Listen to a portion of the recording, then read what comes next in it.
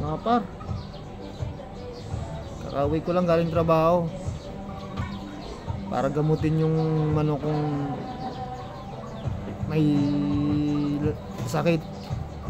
Nag-inquire pala ako sa mga nagbablog, ng mga kaibigan nating backyard din.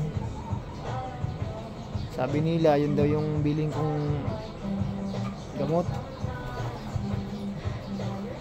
Ang problema lang mga par, pagdating ko wala na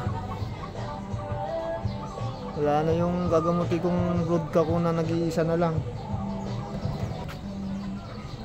Ayan siya mga par, nakakalumo kasi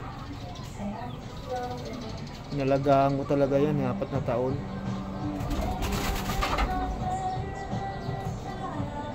Bigay kasi ito ng kaibigan kong pulis eh, kaya hindi ko talaga ito nilaban eh. Ayan o, ito yung gamot niya o, specs. 1 linggo sana, pero binigyan ko na ito ng gamot eh, 3 days. Ang binigay ko sa kanya Amtil, Calvex, saka itong isa, wala akong pinopromote. Ito Sulfar QR.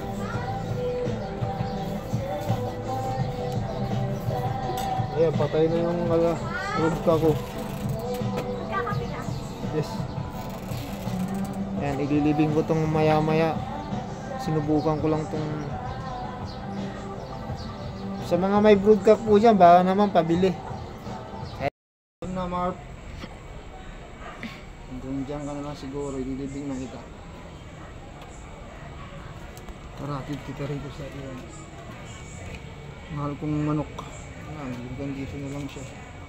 Nagkaroon siya ng amphibian malaria. Yung laging nakaupo, namihina yung tuhod. Okay.